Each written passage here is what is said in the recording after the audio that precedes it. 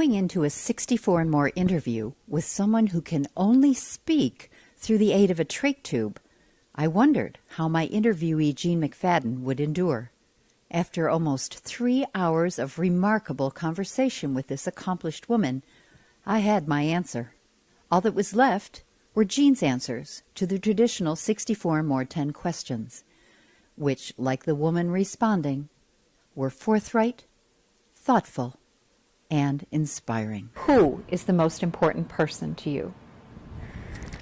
Susan. And that's your partner. Yeah, Okay. my partner.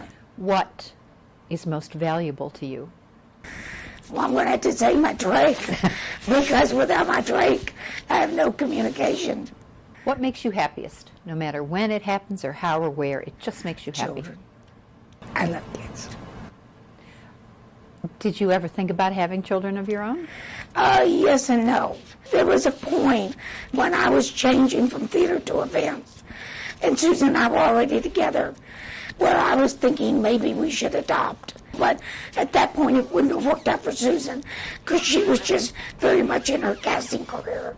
Right after I went to Macy's, and just got overloaded in my first 5 years. Then, of course, Miss Falk decided that she wanted to adopt, but then it didn't work for me. And we had to really think about it, and we did. But we decided that we have so much family in our life and so many children, and that's where we should concentrate our energy to make it as great as we could work it. So, What do you enjoy doing the most? I enjoy being in my house in Connecticut, in my kitchen, my yard, doing my grass, doing my gardens.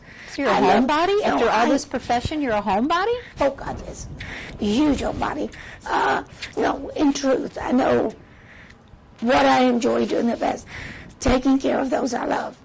I enjoy, the reason I'm a cook is because I love cooking for those I love, feeding them, taking care of them. In events, be it family, friends, whatever. My 70th birthday party, I gave myself a birthday party with 50 people, cooked, did all the food and everything. That was my idea of heaven, making lunch for 50 people. But I love doing that. I'm not a baker. I can't bake because I'm not patient enough. I like to create food. What is your biggest life fear, and how have you or do you overcome it? I've never overcome it. You've never? Overcome my biggest life fear. Do you care to tell us what it is? Yes. Being alone. I don't like to be alone. I'm not a good loner. I drive Susan nuts because she's very good being a loner. And her idea of heaven is to have alone time. I'm not saying that I can't be alone. But I like people around me. I like the energy of people. I like to entertain. So I don't like being alone. And so how have you overcome that? I'm constantly doing the projects, everything I've done in my life, my overextended family, my friends. What about animals? Do they qualify? Yeah, that helps. My dog, who's not here, Toby's in heaven, but when I had Toby, it wasn't so bad. Yeah. I can be alone with Toby. So this question is going to be superfluous, but it's part of the 10 questions. Is it important to you to spend time with other people, or is being alone more important? It's critical to be with people. Got it. How do you define quality of life? Wow, that's a very good question, and God knows what I've faced. I think as long as you can function, that you are not in such pain that you can no longer communicate. And I have seen my mother suffered in such pain she could no longer communicate. I wouldn't want that life. On the other hand, I think we're all capable of enduring a lot more than we think we can. I know I can. I don't think you should ever let a little pain or a little inconvenience stop you. I don't think you can let embarrassment, when you ask me, was I ever embarrassed about this? I don't love it. I wish I didn't have it. But no, I'm not embarrassed about it. It saves my life.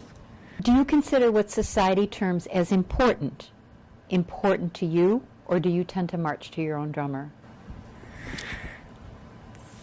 honestly, I think I'm always very much my own drummer. I think my very lifestyle has been my own drummer. And by that, not just my gay relationship, but by fact of my career. I was a woman director when you weren't supposed to be a woman director. At Macy's, I stuck it out when other people didn't stick it out.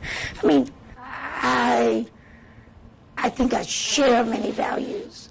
And I certainly share values with a lot of my friends, because I think most of my friends tend to be people who march to their own drummer. But on the other hand, instead of you march to your own drummer, I care about people. My friends care about people. I don't want to march to my own drummer on my own terms just for me. I want to do what makes the world a better place.